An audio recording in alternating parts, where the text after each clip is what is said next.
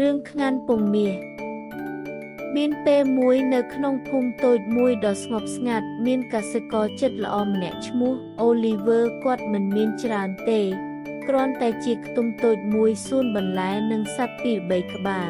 ប៉ុន្តែគាត់សប្បាយចិត្តនឹងជីវិតសាមញ្ញរបស់គាត់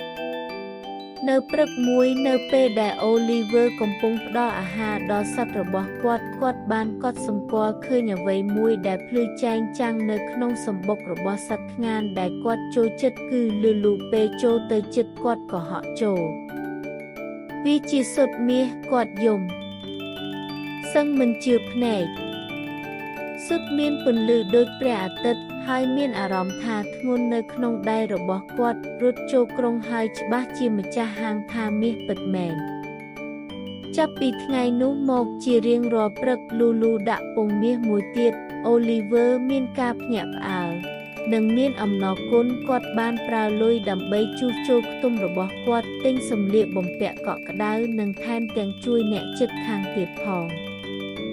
ប៉ុន្តែពេលវេលាកន្លងផុតទៅ Oliver ចាប់ផ្ដើមលោភលន់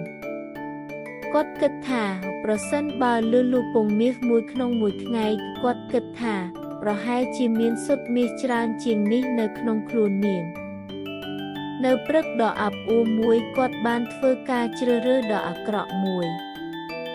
គាត់បានលើកលឺលថ្នមហើយខ្សឹបប្រាប់ថាក៏ខ្ញុំសុំទោសហើយបានធ្វើអ្វីមួយដែលគាត់នឹងសោកស្ដាយក្នុងពេលឆាប់នេះគាត់បានយកជីវិតរបស់នាងទៅមើលអ្វីដែលនៅខាងក្នុងប៉ុន្តែនៅខាងក្នុងមិនមានពងមាសទេគ្រាន់តែជាសត្វខ្ងោកធម្មតាបេះដូងរបស់ Oliver បានធ្លាក់ចុះគាត់បានបាត់បង់មិត្តពិសេសរបស់គាត់ហើយគ្មានពងមាសទៀតទេចាប់ពីថ្ងៃនោះមកគាត់នឹកឃើញលូលូដោយក្តីស្រឡាញ់និងទុក្ខគាត់បានដឹងថាការអត់ធ្មត់និងការដឹងគុណនាំមកនូវសុភមង្គលច្រើនជាងការលោភលន់ដែលអាចធ្វើទៅបាន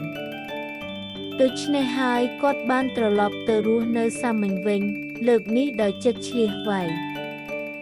សីលធម៌ត្រូវដឹងគុណចំពោះអ្វីដែលអ្នកមានចង់បានច្រើនពេកលឿនពេកអាចធ្វើឲ្យបាត់បង់គ្រប់យ៉ាងតើអ្នកចង់ឲ្យមានការបង្ហាញរូបភាពជាមួយនឹងរឿងនេះ